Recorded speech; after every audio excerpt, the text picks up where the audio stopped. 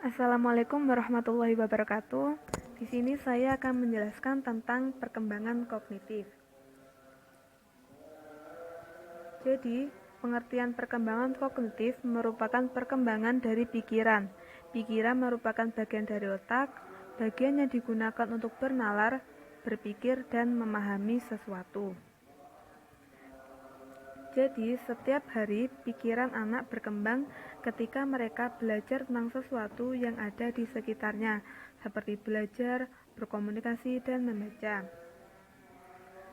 Selanjutnya, yaitu perkembangan kognitif menurut berbagai teori.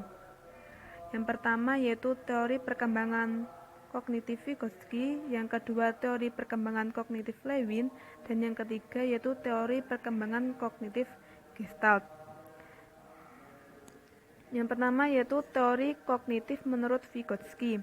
Ada 3 klaim dalam inti pandangan Vygotsky. Yang A yaitu keahlian kognitif anak dapat dipahami apabila dianalisis dan diinterpretasikan secara developmental.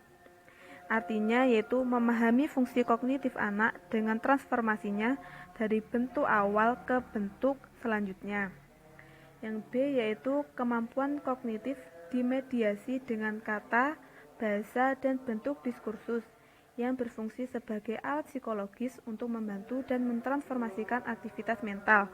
Artinya, bahwa untuk memahami fungsi kognitif, kita harus memeriksa alat yang memerantai dan membentuknya. Membuat Vygotsky berpendapat bahwa bahasa adalah alat yang paling penting. Yang C yaitu kemampuan kognitif berasal dari relasi sosial dan dipengaruhi oleh latar belakang sosial kultural. Maksudnya yaitu perkembangan anak tidak bisa dilepaskan dari kegiatan sosial dan kultural. Jadi kesimpulannya yaitu teori Vygotsky yaitu berkesimpulan bahwa kemampuan kognitif berasal dari hubungan sosial dan kultur. Jadi perkembangan anak tidak bisa dilepas dari kedua hal tersebut. Yang kedua yaitu teori kognitif menurut Lewin. Masing-masing individu berada dalam medan kekuatan yang bersifat psikologis.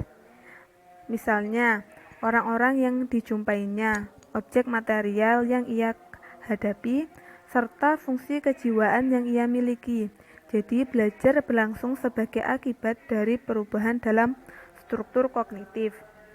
Menurut Lewin, perubahan struktur kognitif itu adalah hasil dari 2 macam kekuatan.